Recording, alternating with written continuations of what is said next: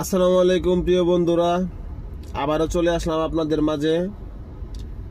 নতুন একটি ভিডিও নিয়ে পাশে থাকুন, কিছু শিখতে পারবেন। দয়া করে আমার চ্যানেলটি সাবস্ক্রাইব করে দিন, পাশে থাকা বেল আইকনটি অন করে দিন। এখানে দুইটি বাটন দেখতেছেন, এটা হচ্ছে লক বাটন।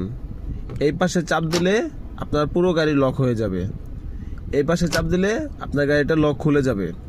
আবার এই বাটনটা সামনেরটা, এটা হচ্ছে গ্লাসের লক। আপনি যদি এটা চাপ দিয়ে ডাউন করে দেন তাহলে সমস্ত গ্লাস লক হয়ে যাবে, আর গ্লাস উঠবেও না নামবেও না। আবার যদি লক খুলে দেন এখন উঠবেও নামবে। আর এখানে নিচে একটি বাটন দেখতে পাচ্ছেন, এটা হচ্ছে হেডলাইটের। যেমন এখন আমারটা আছে 5A, মানে যথেষ্ট পরিমাণ উপরে আছে। এখন যদি আপনি নিচে নামাতে চান তাহলে যে 4-এ দিতে পারেন, অনেক আছে। যেমন এই যে এখন আছে 4, 3,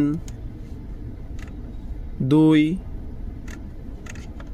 1, 0।